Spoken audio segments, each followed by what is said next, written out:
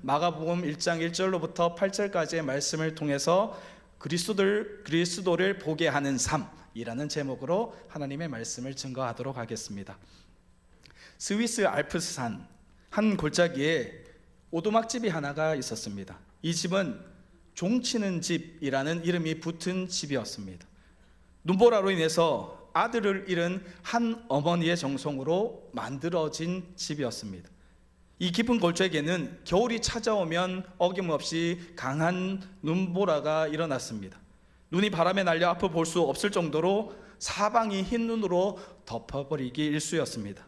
그래서 등산하는 사람들이 길을 쉽게 잃어버릴 수 있었죠. 그래서 바람 부는 날이면 누구든지 상관없이 이 집 가까이 있는 사람은 이 집에 들어가서 종을 치기 시작합니다.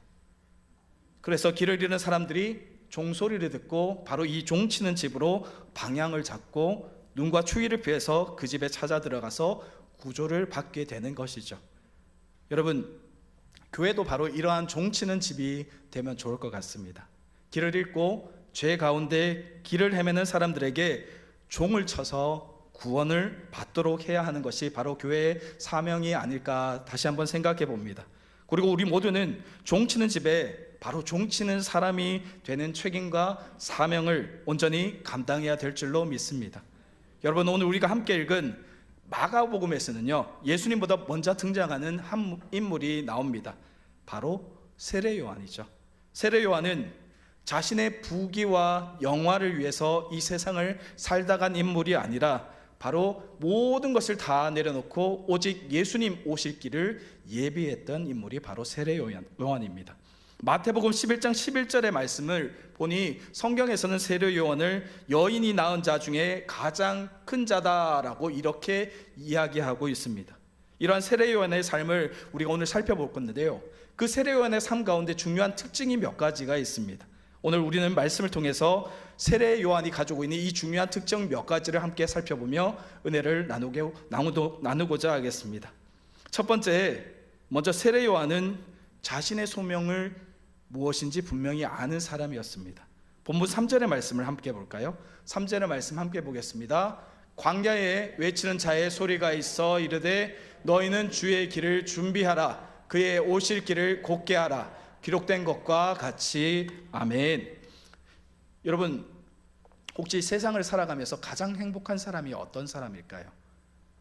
어떤 사람이 행복할까요? 많겠죠. 행복의 기준은 다 다르기 때문에요. 맞습니다. 돈 많은 사람, 아니면 내 권력 있는 사람, 그도 아니면 지식이 많은 사람. 과연 어떤 사람이 행복한 사람일까요? 당연히 자신의 입장에서, 상황에서 그에 맞추어서 행복의 기준은 분명히 달라질 겁니다. 이런저런 이유를 대면서 아마 이런 사람, 저런 사람이 행복한 사람이다 라고 분명히 여러 가지 말씀들을 하실 건데, 우리가 신앙인의 자세로 한번 보았을 때 어떤 사람이 가장 행복한 사람이냐라고 한번 생각해 본다면 자신이 할 일이 무엇인지를 아는 사람이라고 생각할 수가 있을 것 같습니다. 다른 말로 하면 소명이 무엇인지 알고 그대로 살아가는 사람이라고 말할 수가 있겠죠. 그런 의미에서 본다면 오늘 세례 요한이 바로 그런 사람이, 행복한 사람이 아니었을까 다시 한번 생각해 보는데요, 여러분, 세례 요한 그는 자신이 무엇을 위해 살아야 하는지, 그리고 자신이 어떤 길을 가야 하는지 명확히 아는 사람이었습니다. 다시 말해서 세례 요한은 하나님의 부르심에 온전히 붙들려 살아가던 사람이 바로 세례 요한이었다, 이렇게 말할 수가 있죠. 그래서 그는 행복했습니다. 하나님의 일을 한다는 자부심도 있었습니다. 세상적으로 보았을 때는 그의 사명이 어쩌면 한없이 보잘것없다라고 생각할지 모르겠지만 진정으로 세례 요한이 맡은 그 사명은 세상 어느 것보다 귀하고 귀한 복된 일이었습니다. 여러분, 우리는 잘 알고 있습니다. 세상 많은 사람들이 자신이 가야 할 길을 명확히 모른 채 인생의 길을 살아가고 있다는 것을 우리는 너무나 잘 알고 있죠. 아무리 많은 금은 보화를 가지고 있다 해도, 아무리 건강하다 하여도, 아무리 높은 자리에 있다 하여도 자신의 살아가야 할 이유를, 길을 알지 못한다면, 그리고 자신의 소명이 무엇인지 알지 못하고 살아가고 있다면 어쩌면 그의 인생은 생물학적으로 하루하루를 연장하는 것밖에 다른 의미가 없을 것입니다. 그러므로 우리는 진지하게 우리 스스로를 한번 돌아봤으면 좋겠습니다. 나의 인생은 진정으로 나의 것인가? 아니면 하나님께서 나에게 맡겨주신 것인가? 그리고 내가 가야 하는 길을 나는 알고 있는가? 내가 소명을 분명하게 알고 살아가고 있는가? 한번 진지하게 묵상해 봤으면 좋겠습니다. 여러분, 소명이라는 것은 아주 특별하고 특별한 어떤 사람의 것만은 아닙니다. 대단한 특기나 능력을 가진 사람만이 소명을 가진 자가 아니라는 말씀입니다. 여러분, 우리 모두 똑같습니다. 모든 그리스도인은 다 소명자입니다. 전도서의 기자는 소명자를 가리켜서 청년이라고 이렇게 말씀하고 있습니다. 만약 전쟁이 일어났다고 생각해 한번 볼까요? 전쟁이 일어났어요. 그러면 국가가 어떤 사람을 먼저 부를까요? 늙은이? 청년? 어떤 사람을 전쟁에서 국가가 그에게 부름을 주겠습니까? 어떤 사람을 부를까요? 청년이죠. 국가에서 가장 먼저 징집하는 사람은 청년일 겁니다. 젊은이를 징집하는데 히브리어로 이 청년을 알투트라고 합니다. 이 단어는 이러한 배경에서 만들어진 단어인데, 다시 말해서 청년이라는 것은 국가의 부름을 받는 존재라는 뜻을 가진 그 단어이라는 것이죠. 여러분, 전도서에서 바로 하나님께서는 하나님 나라를 위해서 부름받는 자, 즉 사명을 부여받는 존재가 바로 청년이다라고 이렇게 말하고 있는 겁니다. 여러분, 그런데요, 여기서 우리가 주목해 봐야 할 것은 하나님 나라에서 부름받는 청년들은 절대로 생물학적 나이로 기준을 삼지 않는다라는 겁니다. 하나님께서 청년을 부르시는데, 나를 위해 일할 소명자를 부르시는데 그 사람을 굳이 10대, 20대, 30대 그런 사람들만 부르지 않는다라는 거죠. 생물학적 나이로 청년을 부여하는 것이 아니라, 쉽게 말해서 사람들의 생각으로 젊다 하여 하나님 나라에서 그를 청년이라 부르지 않는다라는 것이죠. 여러분, 혹시 9988이라고 들어보셨어요? 9988 들어보셨죠? 웃으시는 분이 계시는데요, 99세까지 팔팔하게 살자라는 뜻이 바로 9988인데요, 그런데 99세가 지나도록 정말 팔팔하게 사셨던 한 분을 제가 뵌 적이 있습니다. 바로 고 방지일 목사님이라는 분인데요, 혹시 아시는 분 계신가요? 네, 방지일 목사님은 1911년도 평안북도 선천에서 태어나셨습니다. 그리고 2014년 하나님의 부르심을 받으셨습니다. 한국 나이로 104세를 사신 분이신데요, 이 방지일 목사님은 한국 기독교계에 큰 족적을 남기신 분이십니다. 방지일 목사님은 1937년도 평양신학교를 졸업하시고 목사 안수를 받으신 후에 바로 우리나라 최초의 중국인 선교사가 되셨습니다. 중국 산동성으로 건너가셔서 선교사의 활동을 시작하셨습니다.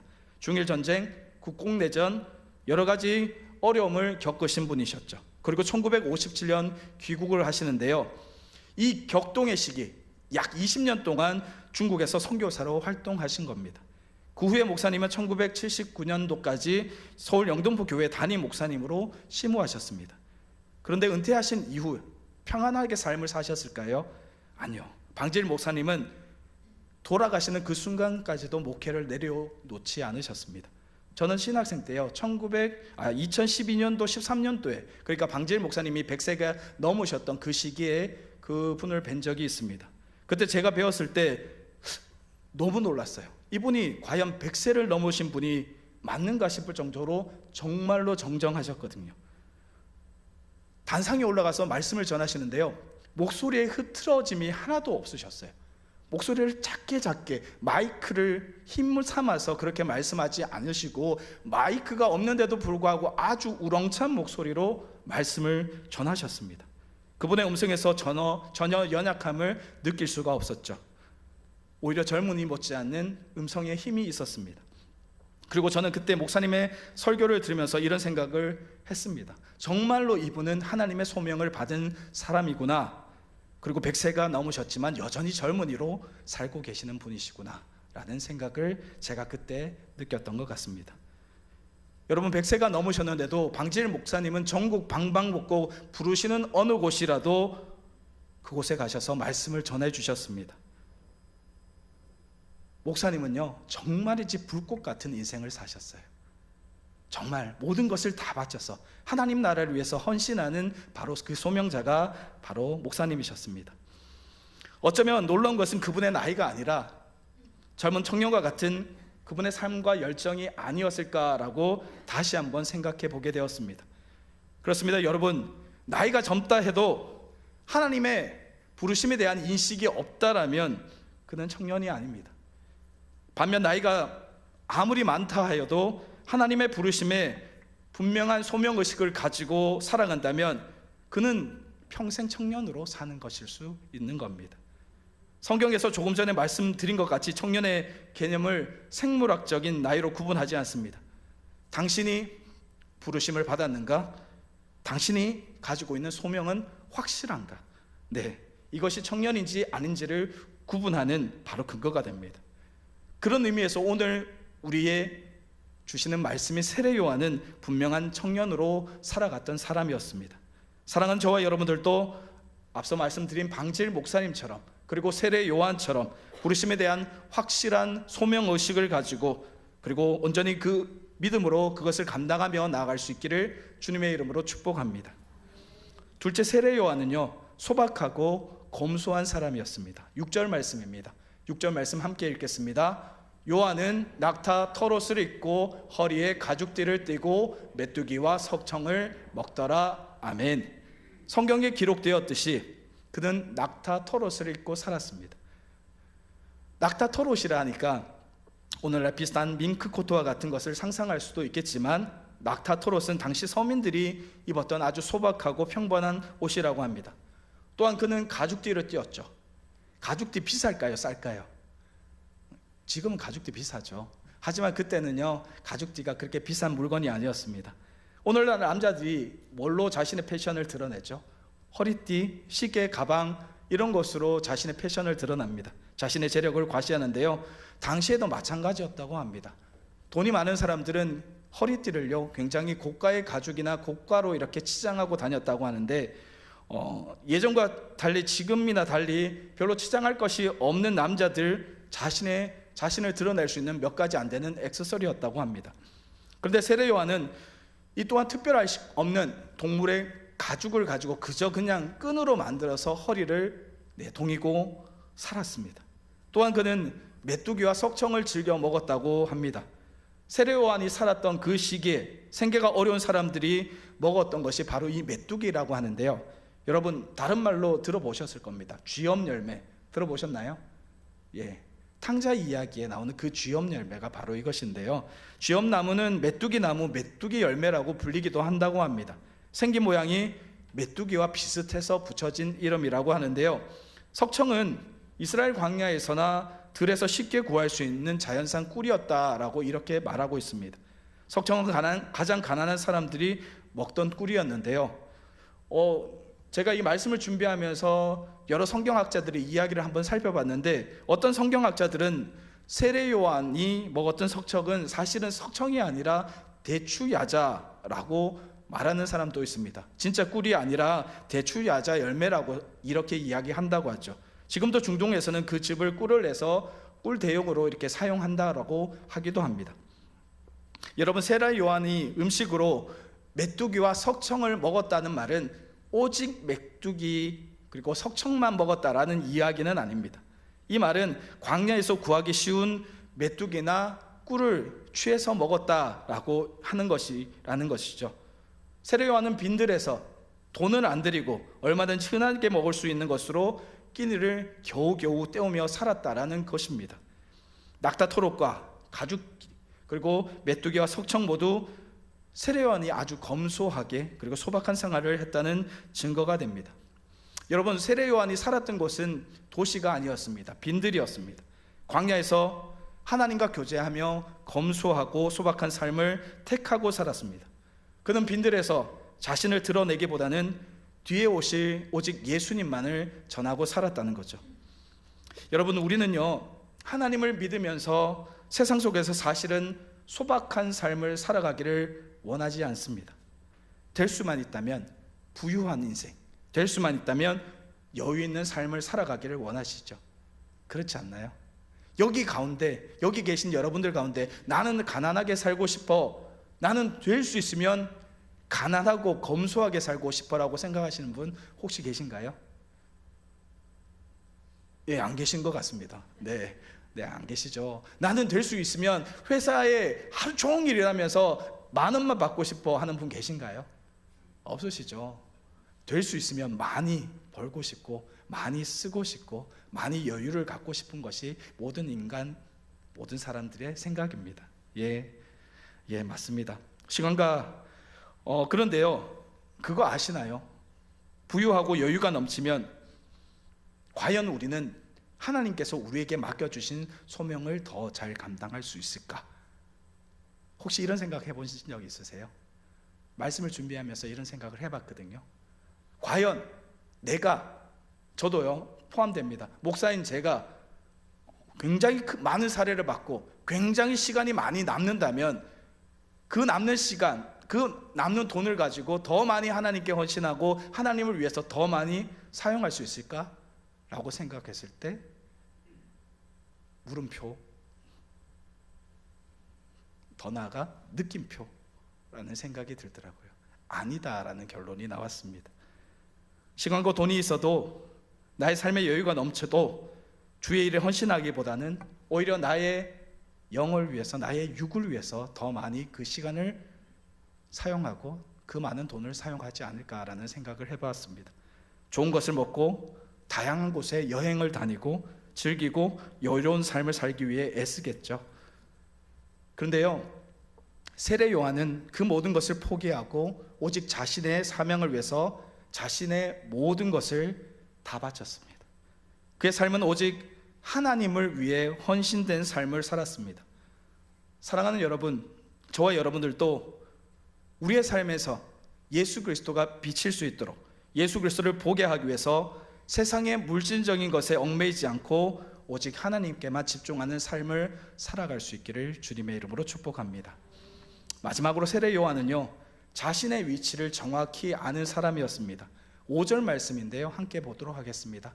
5절 말씀입니다. 온 유대 지방과 예루살렘 사람이 다 나아가 자기 죄를 자복하고 요단강에서 그에게 세례를 받더라. 아멘. 이 모습을 한번 상상해 볼까요? 지금 온 유대 사람들과 예루살렘 사람들이 세례 요한에게 몰려왔습니다. 그 앞에 나아가서 자신의 죄를 자복합니다. 그리고 그에게 세례를 받습니다. 많은 사람들이 그를 따릅니다. 그의 말 한마디를 놓치기 싫다는 듯 그의 말을 많은 사람들이 경청하고 있습니다. 지금으로 말하면 세례 요한은 사람들을 몰고 다니는 스타 목사인 셈이죠. 많은 사람들이 자신을 추종하고 자신의 말 한마디 한마디에 아멘하고 환호합니다. 한번 생각해 볼까요?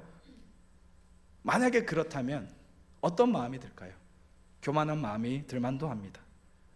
어쩌면 이 모든 것이 나의 능력, 이렇게 생각할 수 있습니다.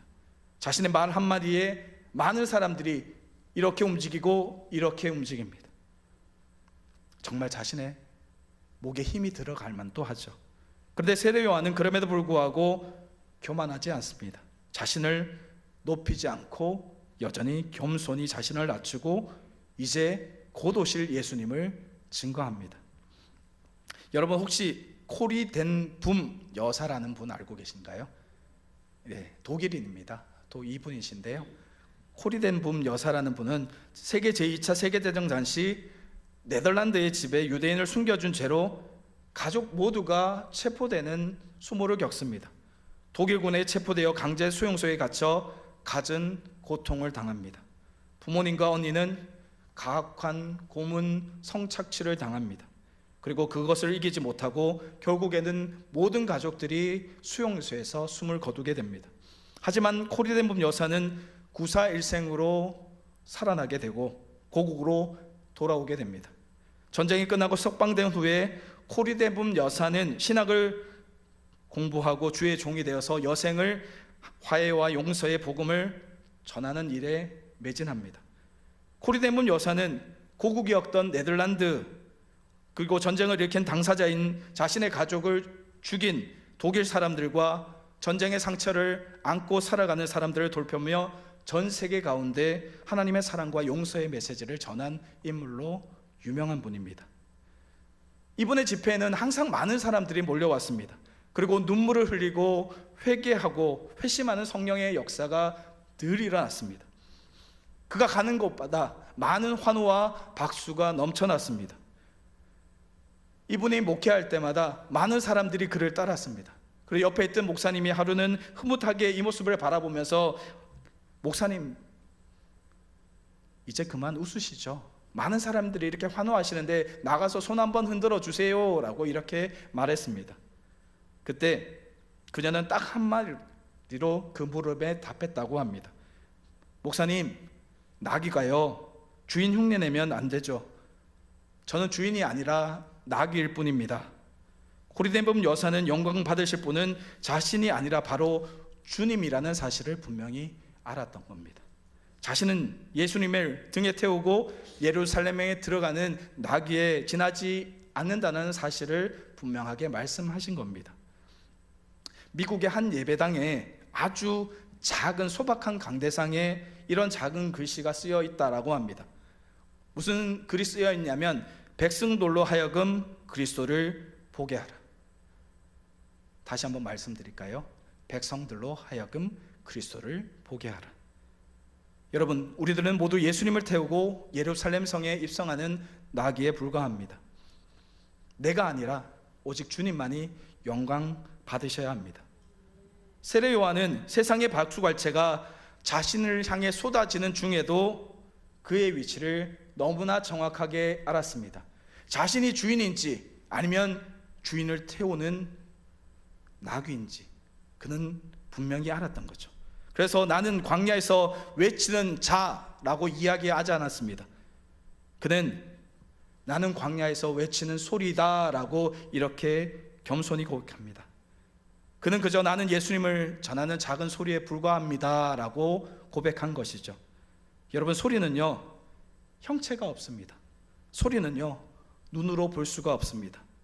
그래서 소리는요 자신을 드러내지 않습니다. 여러분, 우리 그리스도인은요 누구라도 똑같습니다. 세례 요한처럼 예수 그리스도만 나타내고 증거하는 소리로만 살아가야 한다라는 것을 기억하시기 바랍니다. 여러분, 혹시 이런 생각 해보지 않으셨나요? 왜 하필이면 세례 요한을 사명자로 부르셨을까? 유명한 사람이 굉장히 많았을 건데, 종교 지도자들도 많았을 텐데 왜 하필이면 저 빈들 속에서 그저 홀로 외치는 저 세례 요한을 하나님께서는 이 중요한 사명을 맡긴 소명자로 부르셨을까? 누가복음 3장에 보면 그 이유가 기록되어 있습니다. 누가복음 3장 1절과 2절 말씀입니다. 우리 함께 한 목소리로 볼까요? 3장 1절과 2절 말씀 함께 보겠습니다. 디베료 황제가 통치한 지 15해 곧 본디오 빌라도가 유대의 총독으로, 헤롯이 갈릴리의 분봉왕으로, 그 동생 빌립이 이두레와 드라고니 지방의 분봉왕으로, 루사니아가 아빌레네의 분봉왕으로, 안나스와 가야바가 대제사장으로 있을 때 하나님의 말씀이 빈들에서 사가랴의 아들 요한에게 임한지라. 아멘. 여기 이 말씀에 보면요 세례 요한을 설명하기에 앞서서 앞에 어떤 황제, 총독 그리고 분봉왕과 대제사장들의 이름을 결고하고 있습니다. 여러분, 이것이 무엇을 의미하는지, 그것은 바로 화려한 궁궐과 신성한 성전의 한복판에 어느 곳에서도 하나님의 사람들이 있지 않았다라는 이야기를 우회적으로 표현하고 있는 말씀입니다. 누구보다 백성들 앞에 큰 영향력을 끼칠 수 있는 인물이 있었는데도 불구하고, 종교 지도자들이 있었는데도 불구하고 그들의 입술에서 하나님이 온전하게 증거되지 않았다라는 것이죠. 메시아가 오신다라는 말씀이 분명히 성경 말씀에 있는데도 불구하고 누구 하나 온전히 메시아를 기다리지 않고 소망하지 않았다라는 말씀입니다. 황제와 총독, 분봉왕과 대제사장들은 백성들에게 하나님을 보이는 삶을 살지 않았다라는 것이죠. 오히려 하나님과 상관없는 자신들의 영광을 위해서만 살다 간 사람들입니다. 그래서 여러분, 하나님의 말씀은 대신 빈들에서 검소한 생활을 하며 소명을 가지고 메시아의 오심을 전하던 세례 요한에게 임하게 된 것입니다.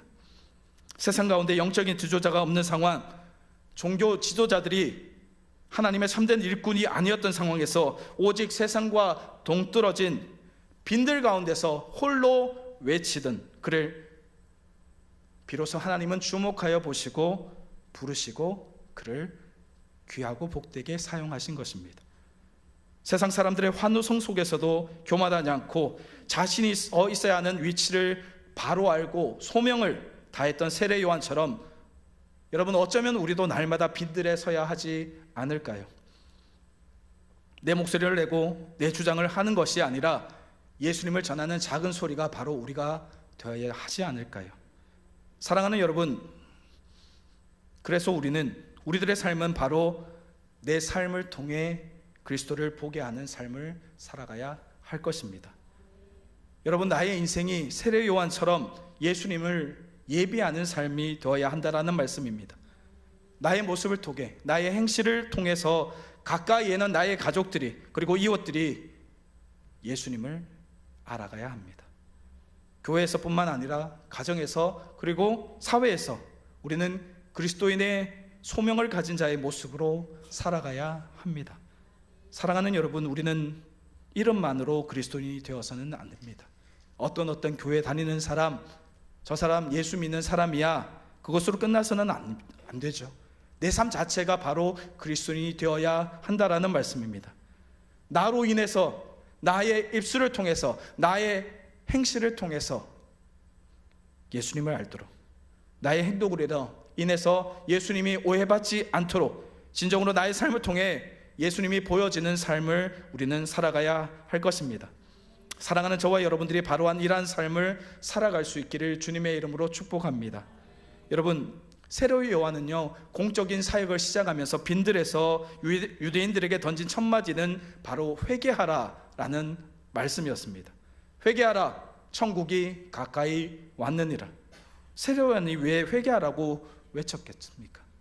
회개는 신앙의 첫걸음으로 회개하지 않으면 죄를 용서받을 수 없고 하나님 나라에도 들어갈 수 없기 때문입니다.